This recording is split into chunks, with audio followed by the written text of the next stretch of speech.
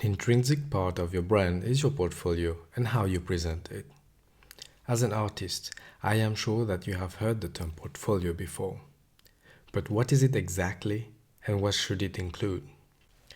In simple terms, a portfolio is a body of work of your art which you will be sharing with the world using different methods, be it digital or printed. It has to show the three following traits: consistency, selectivity, and authenticity. In the world of art, specialty is considered as gold. This means that the more your work is seen as niche or specialized in one category, the better it is seen. This is particularly true when your work is being viewed or reviewed by art experts like gallerists and art brokers.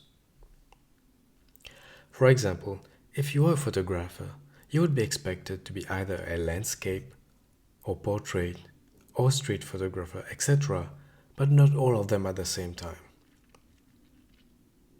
If you touch all or many domains of photography styles, you will be considered as a generalist, and this is less considered by art experts. In fact, if in your portfolio you show too many mixed styles, your work may not be seen as being consistent. That said, if you are a generalist, this is totally alright. It should not stop you from searching for exhibition opportunities. My advice here is that you curate your work and make various portfolios in the diverse art styles you master. Consistency will then lie in the different categories or sequences of the art styles of your art. You want to give the best impression at first sight. Selectivity here means that your portfolio should be restricted to your best work and material.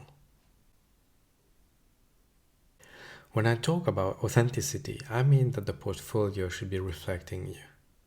You can inspire yourself from others' works, but do not be them, or even try to copy them.